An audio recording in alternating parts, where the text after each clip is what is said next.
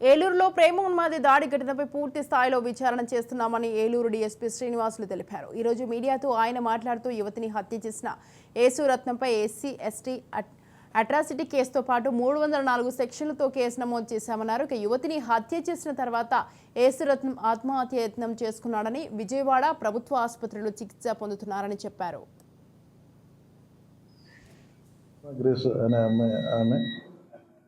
ఈమె వయసు 20 సంవత్సరాలు. ఈమెకు ఇతను యేసురత్నం అని చెప్పి ఇతను ముస్నూరు గ్రామం. ఇతనికి స్కూల్లో వీళ్ళిద్దరు స్కూల్లో చదువుతున్నప్పటి నుంచి పరిచయం. సో వీళ్ళిద్దరు అతను ఆమె అంటే ప్రేమిస్తున్నాను అని చెప్పి ఆమె అంట తిరుగుతున్నాడు.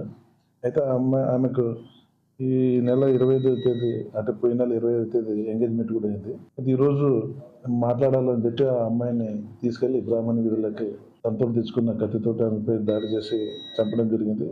అలాగే అతను కూడా అదే కత్తితోటి గొంతు మీద కోసుకున్న ఆత్మహత్య ప్రయత్నం చేశాడు. అతని పరిస్థితి కూడా సీరియస్ ఉంది. తదుపరి వివరాలు తదుపరి దర్యాప్తులో తెలియాల్సి ఉంది.